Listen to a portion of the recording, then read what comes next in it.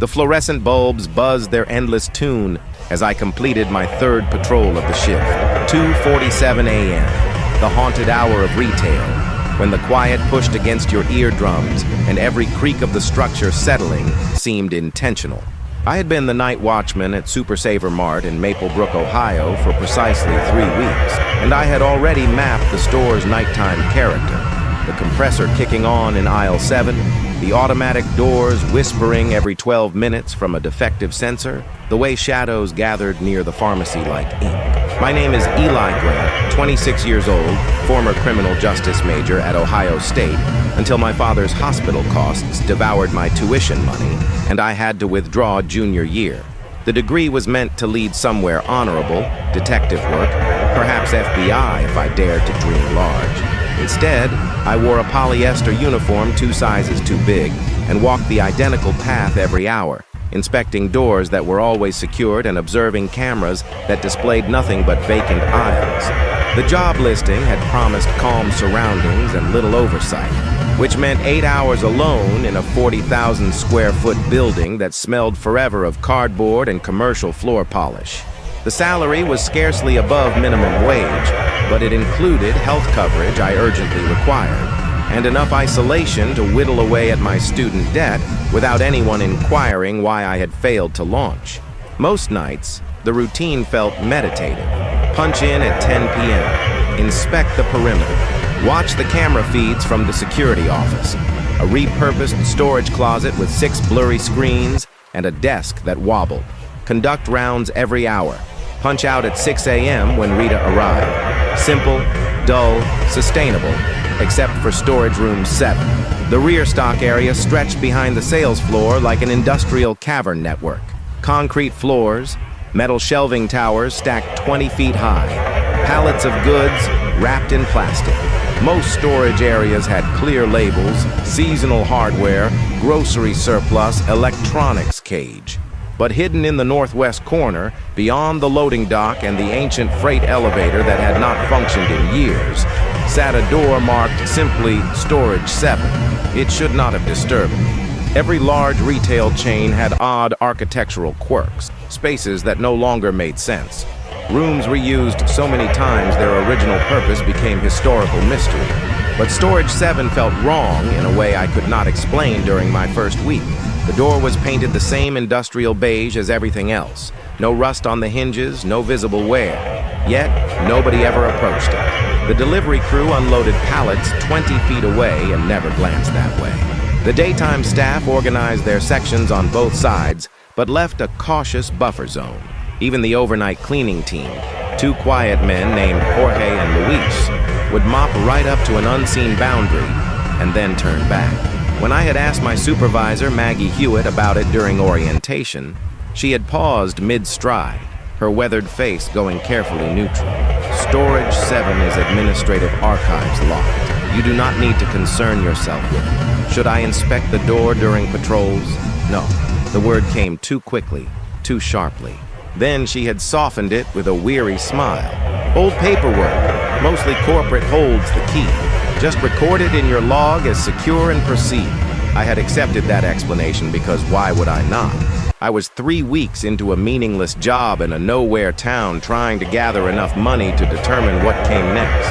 But as I neared the stock area at 2:47 a.m. for my third patrol, something felt altered. The air had that before storm pressure, thick and anticipatory. The temperature had fallen noticeably. I could see my breath fogging in the overhead lights. I was halfway through the stock area when I heard the voices. At first, I thought someone had left a radio playing. The words were muffled, unclear, like conversation overheard through a wall. But as I turned toward the sound, my flashlight beam slicing through the dimness, I realized it was coming from Storage Room 7. Multiple voices overlapping, urgent, but not quite frantic. Been 3 days now. Anyone coming to check? Maybe if we knock harder. I froze. Young voices, confused, desperate. My training kicked in, or what passed for training after a week of orientation videos. Homeless people had broken in, found an unlocked room. Teenagers pulling a prank, some acoustic trick. I approached the door, my hand instinctively reaching for the radio on my belt. Security. Is someone in there? The voices stopped instantly. Complete ringing silence. I waited, heartbeat loud in my ears. If someone is in there, you need to come out. The store is closed. Nothing. The temperature drop intensified. I could see frost forming on the metal shelving nearest the door. Delicate crystals spreading like lace. That could not be right. Even if the HVAC was malfunctioning, it could not create frost that fast.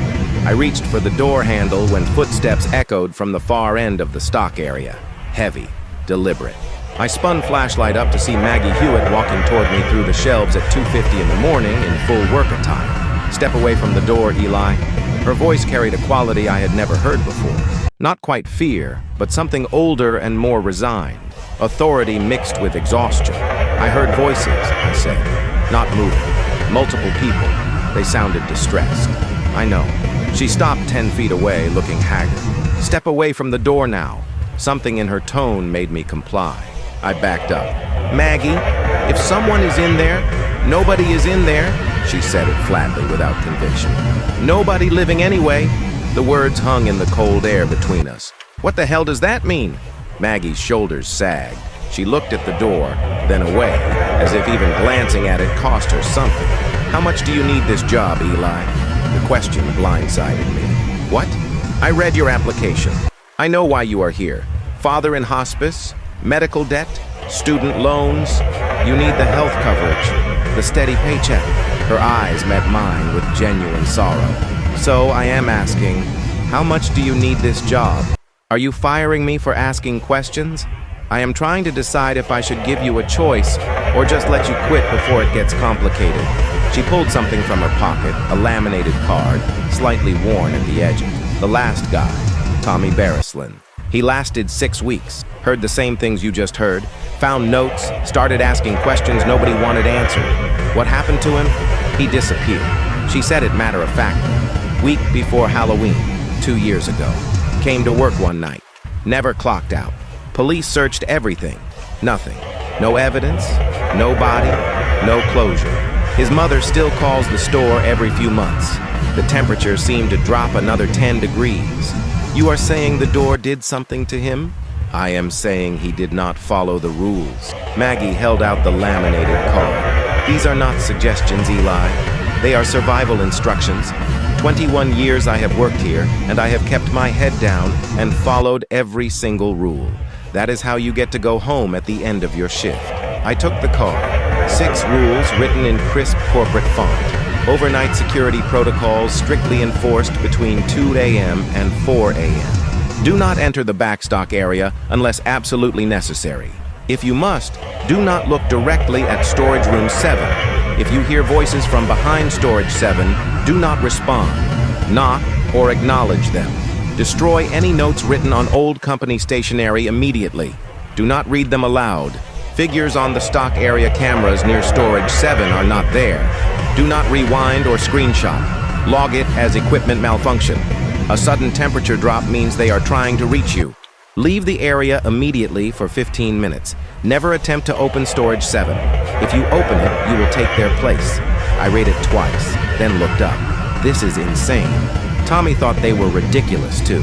Criminal justice major like you, smart kid, thought there had to be a rational explanation. She gestured at the door. 3 nights before he disappeared, he told me he had figured it out, that he was going to help them. I begged him to leave it alone. Who is them? Maggie turned away. People who did not clock out when they should have a long time ago. She started walking, then paused. You seem like a good person. Your dad is sick. You need the insurance. I get it. So, follow those rules exactly. Keep your head down and do not try to be a hero. This job is not about protecting the store. It is about protecting yourself from what is inside it. You cannot just drop this on me and walk away. She stopped back still to me. You want answers? Talk to Marlene Croft in Bellingham or Marcus Westbrook in Columbus or Wesley Schaffer right here in town. Ask them about the grand opening in August 2003. Ask them about their missing family members who supposedly quit during the first week. She finally turned, pure guilt on her face. Then ask yourself if knowing the truth is worth ending up like them or like Tommy. She walked away, her footsteps echoing. I heard the emergency exit open and close, the alarm mysteriously silent. I stood alone, staring at storage room 7. The voices had stopped, but I could feel something on the other side of that door. Attention, focused, desperate attention. The temperature began to normalize. 2:58 a.m. Leave the area immediately for 15 minutes. I walked back to the security office and locked the door. Nobody had mentioned voices in the walls or disappeared guards or rules that read like warnings from a horror movie. Camera 4 showed the northwest corner. Storage 7 visible. As I watched, a figure passed in front of the door. Quick, translucent, young guy in an old-style blue employee vest. He was looking directly at the camera, at me. His mouth moved, forming words I could not hear. Figures on the stock area cameras are not there. I logged it as equipment malfunction. My hands shook. At 3:15 a.m., I heard footsteps outside the office. Slow, measured. The handle did not turn. After 30 seconds, they retreated. At 3:33 a.m., I found the note in my locker. Old company stationery with the faded logo. I should have destroyed it immediately. Instead, I unfolded it. Please, my name is Chloe Westbrook. We have been down here for 21 years. We knocked. We screamed. Nobody came. The elevator collapsed. They sealed us in rather than risk the investigation. 5 of us. We just want someone to know. We just want to go home. Please do not forget us. Storage 7 is not storage. It is our tomb. Chloe, I should have burned it. Instead, I folded it and put it in my pocket. At 4:03 a.m., the danger window closed. The oppressive weight lifted. I avoided the stock area, logging everything as routine. When Rita arrived, I clocked out without speaking, but I could not sleep. Could not stop thinking about Chloe Westbrook, about 5 people trapped, about Tommy Barrislin disappearing after trying to help. Maggie texted, "Follow the rules. It is not worth it." In my pocket, Chloe's note felt like it was burning. 21 years, 5 people sealed in, forgotten. I thought about my professors, about the oath to protect and serve, to seek truth, to give voice to the voiceless. I thought about my dying father, about how much I needed this job, but I kept seeing that figure on the camera, the desperate voices, anyone coming to check. Except it had not been 3 days, it had been 21 years. I pulled out my laptop. Maplebrook, Ohio, missing persons, 2003. And everything changed. I spent the rest of that Sunday morning staring at search results that transformed Chloe's note from supernatural horror into documented tragedy. The Maplebrook Gazette archives, digitized and freely accessible, told a story the living world had tried to forget. August 12, 2003. Super Saver Mart. Grand opening brings jobs to Maplebrook. The article featured a photograph of ribbon-cutting ceremonies.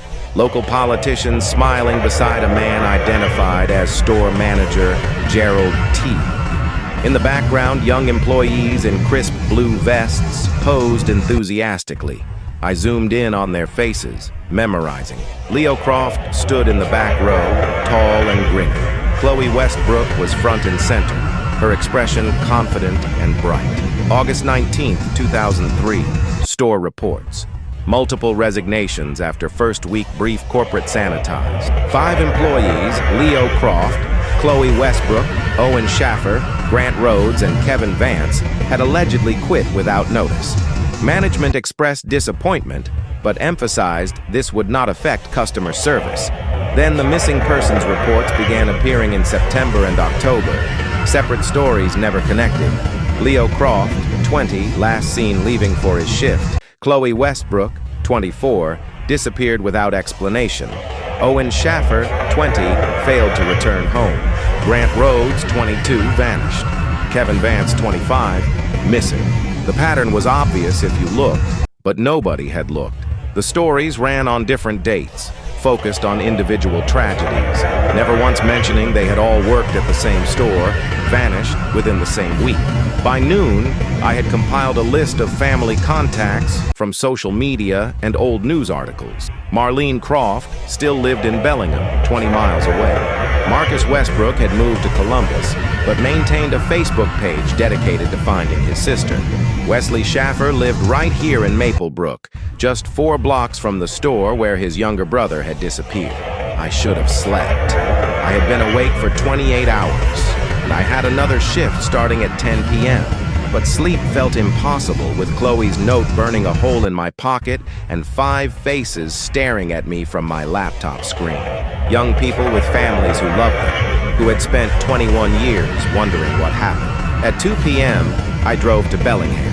Marlene Croft's house was a small ranch-style home with a meticulously maintained garden and a wind chime tinkling on the porch. I sat in my car for 10 minutes rehearsing what I would say. "Hi, I am a security guard at the store where your son disappeared, and I think his ghost left me a note." No version sounded sane, but I had come this far. I nodded. The woman who answered looked older than her years, gray-haired and thin, but her eyes held a sharpness that suggested she missed nothing. "Can I help you, Mrs. Croft? My name is Eli Grant. I work at Super Saver Mart in Maple Brook. I would like to talk to you about your son, Leo." Her expression transformed hope and pain and suspicion, fighting for dominance. "You have information?" "I think so. May I come in?" She led me to a living room that functioned as a shrine. Photographs of Leo covered every surface. Baby pictures, school portraits, his high school graduation, a blue Super Saver Mart vest hung in a frame on the wall alongside his employee badge. August 2003 start date. "The police stopped looking after 6 months," Marlene said, sitting in a worn armchair. "They decided he had run off. Young man, new job, maybe got overwhelmed and left town. But Leo would not do that. He called me every night after work, every single night. What happened that week before he disappeared?"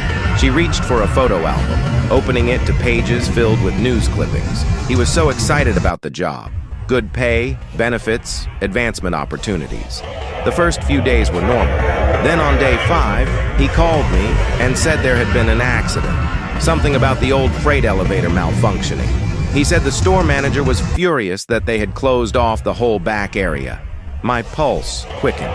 The freight elevator. It had not been used in years, apparently. Some kind of sub-basement access. Leo said 5 of them got trapped down there for a few hours before maintenance got the doors open. She paused, her hands trembling slightly. After that call, I never heard from him again. That was August 17, 2003.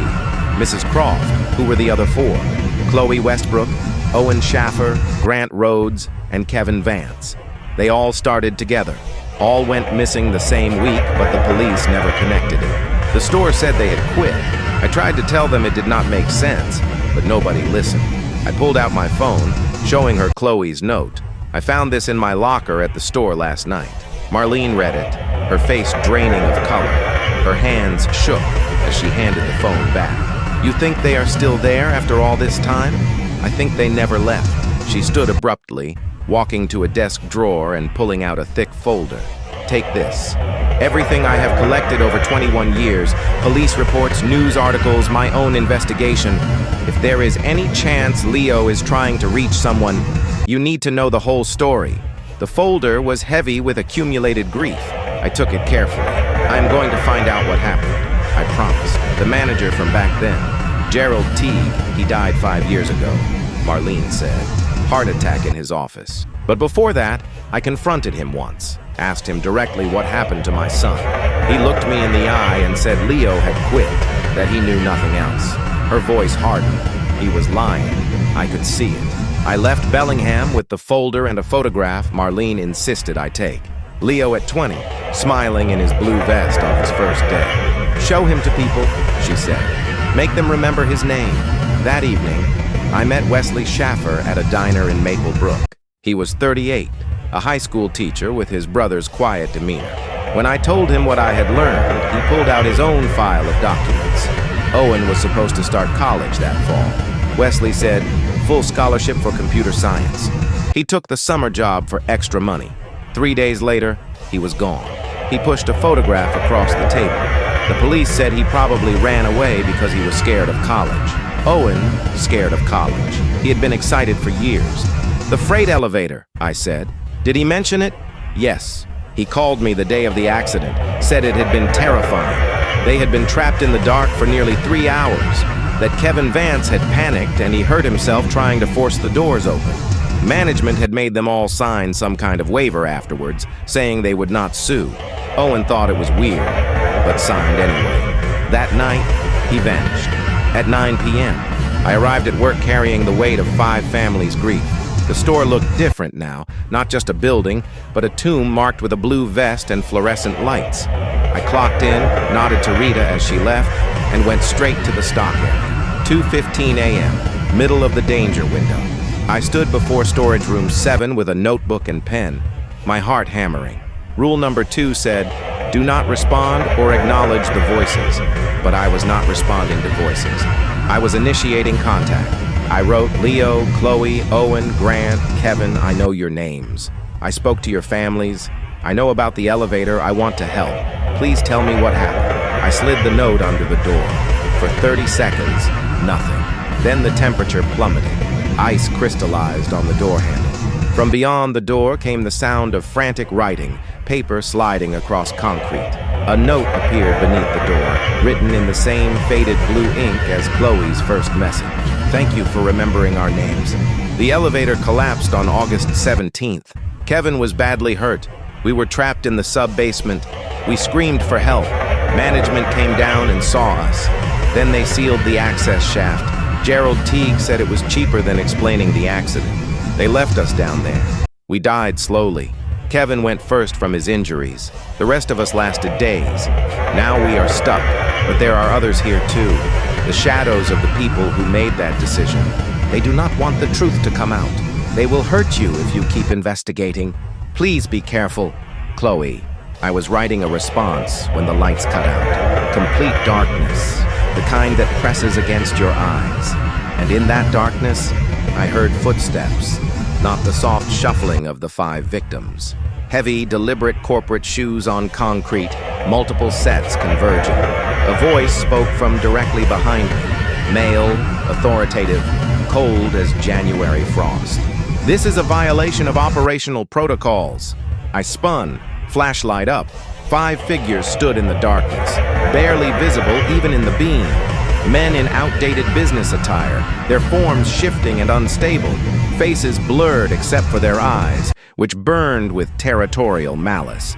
The matter was settled in 2003. Another voice said, those employees violated safety regulations. Management made the appropriate cost-benefit decision. Your interference is unwelcome. I backed toward the door, but they moved faster. A hand, impossibly cold, more concept than flesh, gripped my left shoulder. Pain exploded through my body, ice burning down to the bone. I screamed, stay away from Storage 7, stay away from the families. Accept the official narrative or join the others. They released me and vanished as the lights flickered back on. I collapsed against the shelving, gasping. My shoulder throbbed with cold fire. When I pulled my shirt aside, 5 distinct bruises marked my skin. Fingerprints, each one ringed with frost crystals. On the floor where the shadows had stood, I found another note. Different paper, different handwriting. Corporate letterhead from 2003. You have been warned once. Employee Thomas Barrisland ignored similar warning. His termination was permanent. Your services can be similarly discontinued. Storage 7 remains sealed by management directive. This matter is closed. Rants, operations R. Vance. Marlene had mentioned Gerald T. But who was R. Vance? And why did that name feel significant? I stumbled back to the security office, locked the door, and sat shaking for the remainder of my shift. The bruises on my shoulder ached with unnatural cold. I had crossed a line. The victims were reaching out for help, but the shadows, the spiritual residue of the cover-up itself, were actively fighting to maintain the secret. At 6 a.m., I clocked out and sat in my car, watching the sunrise paint the Super Saber marked shades of gold. 2 forces were at war inside that building.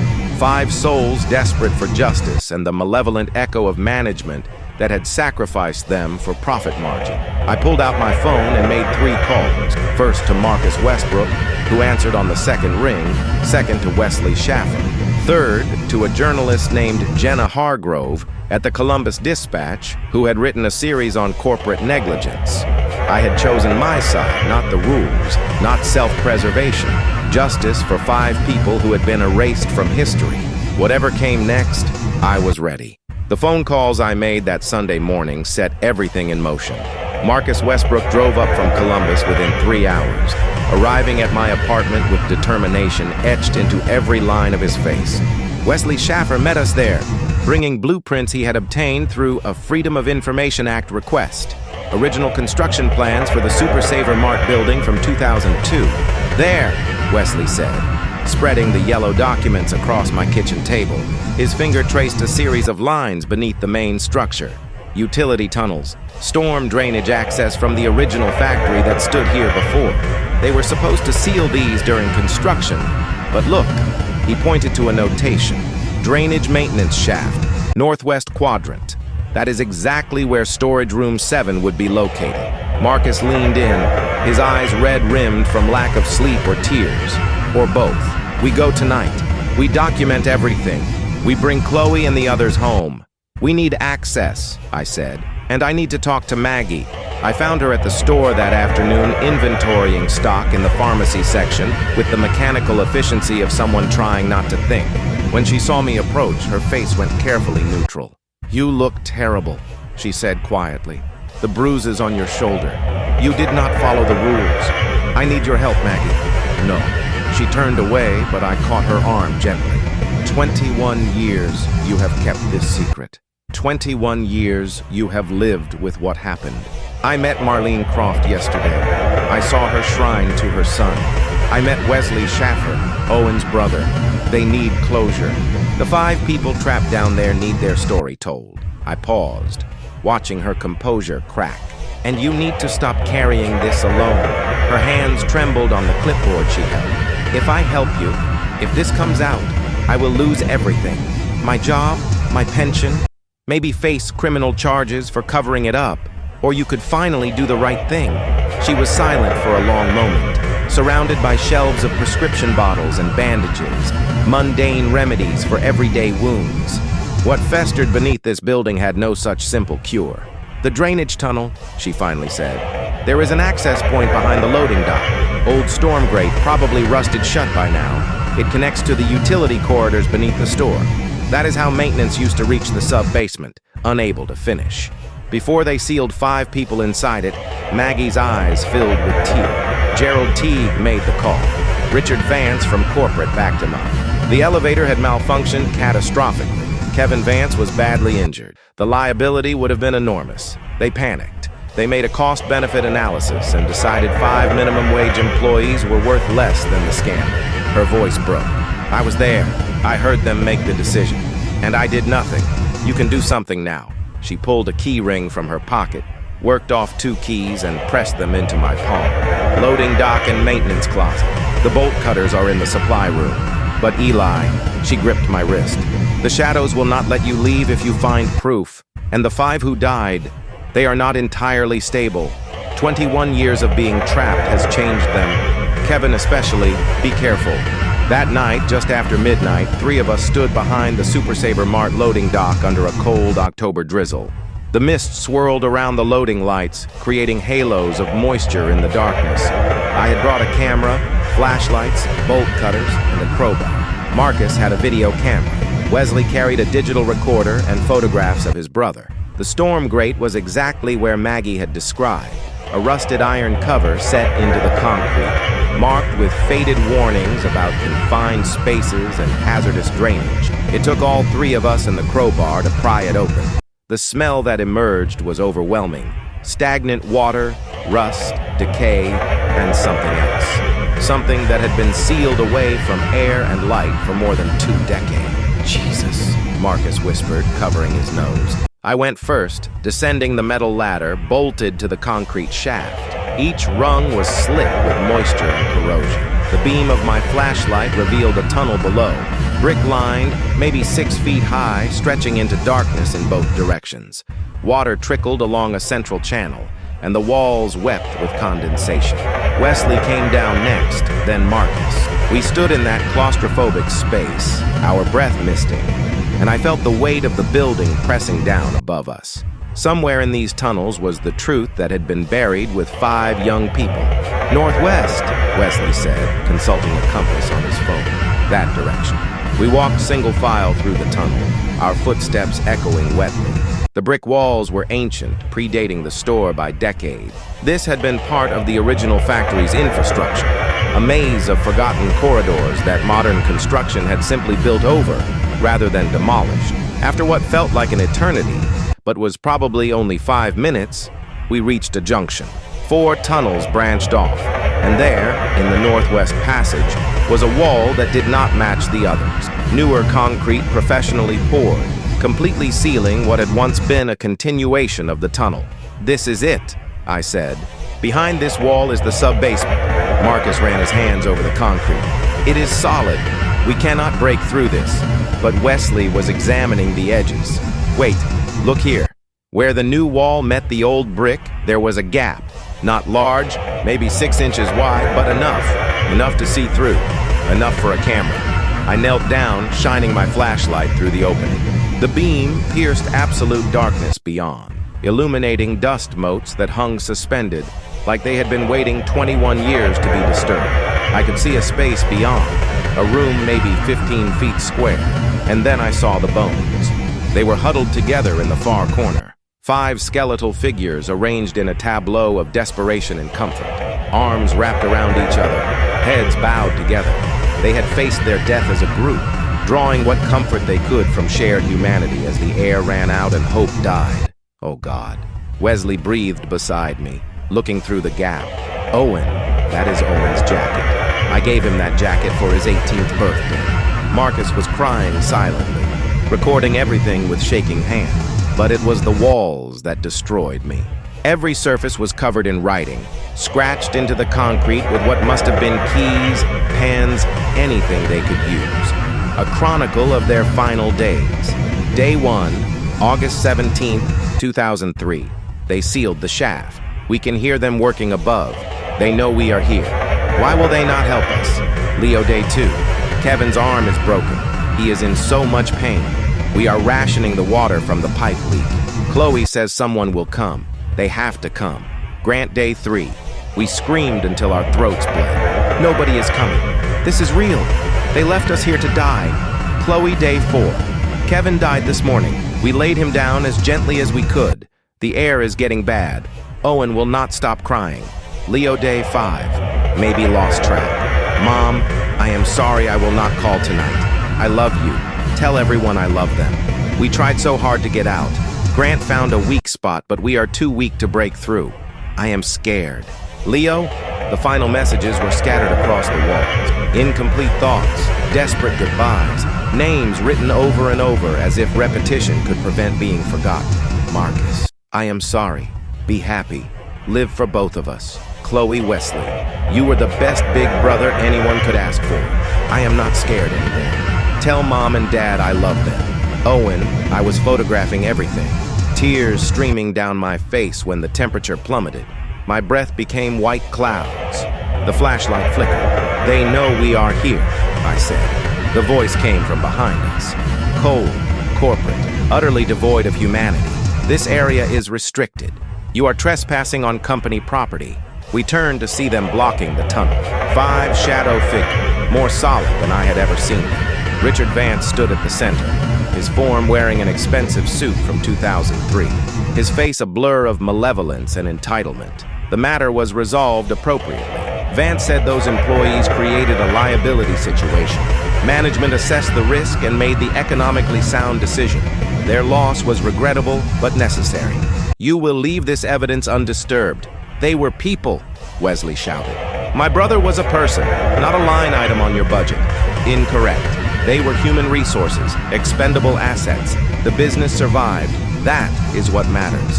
The shadows advanced, and I felt that terrible cold beginning to grip us. Marcus stumbled backward. Wesley stood his ground, shaking with rage and grief. Then the light came. It started as a flicker in the gap in the wall. Soft blue luminescence like summer lightning, trapped in amber. Then 5 forms emerged through the concrete, as if it were water. The spirits of Leo, Chloe, Owen, Grant, and Kevin, no longer trapped behind the seal, manifesting in the space between the living and the dead. They were beautiful and terrible, their forms shifting between who they had been and what they had become. Leo stood tall, protective. Chloe's eyes blazed with determination. Owen flickered uncertainly, but stood his ground. Grant positioned himself defensively, and Kevin, poor broken Kevin, was a fractured echo, his form stuttering like a damaged recording, but present. No, Chloe's spirit said, her voice layered with 21 years of rage and sorrow. Not anymore. You do not get to keep us silent. The shadows and the spirits clashed in a way that defied physics, light and darkness writhing together. Screams that existed below hearing but vibrated in my bones. The tunnel filled with impossible cold and searing heat simultaneously. Run! Chloe's voice cut through the chaos. Take the evidence, tell everyone!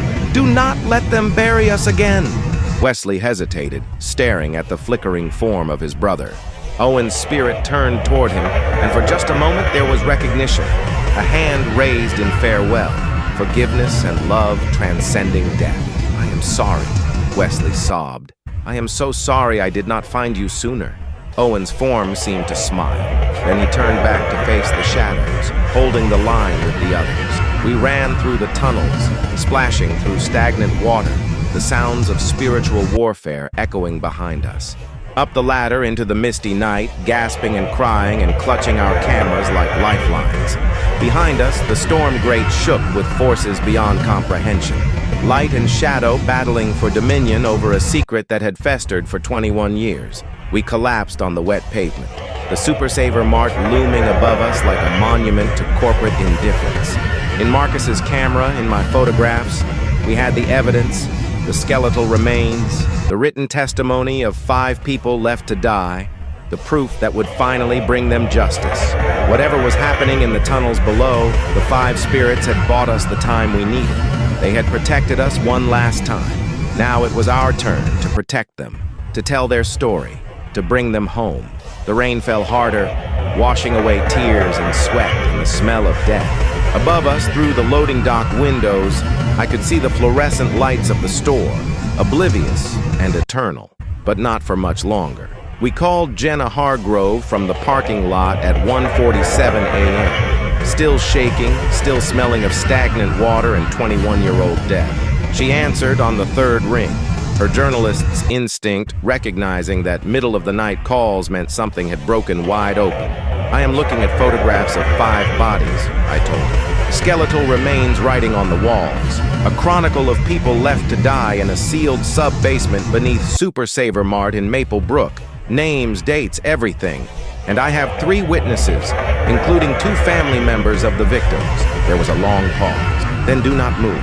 Do not talk to anyone else. I am calling my editor, and we are coming to you.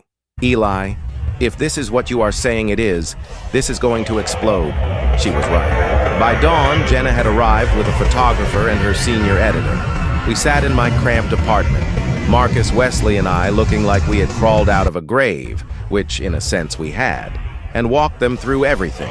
The photographs, the video footage, the wall writings, Marlene Croft's 21 years of documentation, Wesley's FOIA blueprints, Maggie's keys still in my pocket, physical evidence of inside assistance. The Columbus Dispatch ran the story on Tuesday morning with a headline that stopped traffic. 5 bodies found sealed in Maple Brook store sub-basement exposed. By Tuesday afternoon, it was national news. The media descended on Maple Brook like a biblical plague. Satellite trucks lined Main Street. Reporters camped outside the Super Saver Mart, outside the homes of the families, outside my apartment building. The story had everything. Corporate malfeasance, literal skeletons in closets, grieving families, supernatural elements that some outlets leaned into and others carefully avoided. The Super Saver Mart corporate headquarters issued a statement Tuesday evening. Denial, shock, promises of full cooperation with authorities, thoughts and prayers for any affected family. The carefully crafted language of PR crisis management. But Wednesday morning, the state police arrived with ground-penetrating radar, structural engineers, and forensic anthropologists. They cordoned off the entire store. And when they breached the sealed sub-basement, cutting through the floor of storage room 7 with concrete saws and jackhammers, they found exactly what we had documented. 5 sets of remains, The wall writings, empty water bottles from a leaking pipe, scratch marks on the sealed shaft where desperate hands had tried to claw through concrete. Identification confirmed through dental records and DNA. Leo Croft, Chloe Westbrook, Owen Schaffer, Grant Rhodes, and Kevin Vance. Corporate's denials crumbled like the concrete they had used to entomb 5 people. By Thursday, archived emails had surfaced, leaked by someone with a conscience, showing that management had known about the containment solution for the liability incident. The cost-benefit analysis Gerald Teague had run, calculating that 5 wrongful death settlements would exceed the expense of sealing the sub-basement and spinning a story about mass resignations. Richard Vance's approval from corporate proceed with operational closure, minimize exposure. The lawsuits began Friday, not just from the families, but from former employees coming forward with their own stories of the company's negligence of near misses and covered-up accidents. The Ohio Attorney General announced a criminal investigation into corporate manslaughter. Maggie Hewitt turned herself into police on Saturday, a week after we had emerged from those tunnels. I watched the news coverage from my couch, her walking up the courthouse steps, gray-haired and tired, finally unburdened. She gave a full confession, cooperated completely, and the prosecutor, seeing a woman who had carried guilt for 21 years and ultimately done the right thing, offered immunity in exchange for testimony against the corporate officers who had made the actual decisions. Through it all, the family stood strong. Marlene Croft gave interviews standing in front of her shrine to Leo, her voice steady as she spoke his name to every camera. Marcus Westbrook became the public face of the victims, articulate and relentless in his demand for justice. Wesley Schaffer, Quiet Owen's equally quiet brother, spoke at press conferences about the brother who just wanted to earn money for college. They refused every NDA offer, refused every settlement that came with silence attached. They wanted the truth told, the names remembered, the story heard. The funerals came in November, a gray month appropriate for saying goodbye to people who had been gone for 21 years, but were only now coming home. I attended all 5. Leo Croft's service was held in Bellingham in the same church where he had been baptized. The sanctuary was packed. Friends from high school now approaching middle age, teachers who remembered his smile, neighbors who had watched Marlene's shrine grow. I sat in the back, feeling like an intruder on private grief. But Marlene had insisted. She hugged me before the service, her thin frame surprisingly strong. "You brought him home," she whispered. "Thank you for bringing my boy home." Chloe Westbrook's funeral in Columbus was standing room only. Marcus spoke, his voice breaking only once, as he described a sister who had been determined to make something of herself, who had taken that summer job with such optimism. "She never quit," he said, looking directly at the corporate representatives who had shown up for optics. "They killed her. Remember that? She never quit. They murdered her." Owen Schaffer was laid to rest in Maplebrook's oldest cemetery under an oak tree he had climbed as a child. Wesley placed Owen's computer science acceptance letter in the casket. He was going to change the world, Wesley said simply. The small gathering, it was the most private of the services, felt intimate, appropriate for someone who had been quiet in life. Grant Rhodes's family held his service at a community center, projecting photographs on the walls of a young man who had loved fixing things, who had spent his final days trying to find a way out for his friend. His father, who I had never met before that day, shook my hand with a grip like iron. "He did not die alone," he said. "That is something. They had each other." Kevin Vance's funeral was the hardest. He had been the oldest of the 5, 25, with a fiancée who had spent 2 decades not knowing if he had left her or if something terrible had happened. She had never moved on, never married, never stopped waiting. At the service, she placed an engagement ring in the casket, the one he had given her that she had worn on a chain around her neck for 21 years. "Now we can both rest," she said. At every service, I saw the others. Marlene at Chloe's funeral, Marcus at Owen's, Wesley at Leo's. The families had found each other in their shared grief, had formed bonds forged in tragedy and truth. They sat together, held hands, wept, and laughed at memories of the 5 who had died together. The Super Saver Mart closed permanently in December. The company declared bankruptcy, drowning in lawsuits and criminal investigations. The building stood empty for months, yellow caution tape fluttering in the winter wind. But something had changed. I had felt it the night we escaped the tunnels. A shift in the air, a lightness where oppression had been. The phenomena stopped. No more voices, no more cold spots, no more figures on cameras that were not there. The spirits had been freed by being found, by being named, by being remembered. The shadows, too, had faded. With the truth exposed, their power to enforce silence had broken. Corporate malevolence could not survive sunlight. In February, a new company bought the property. They gutted the interior, restructured, renovated, but they kept one thing.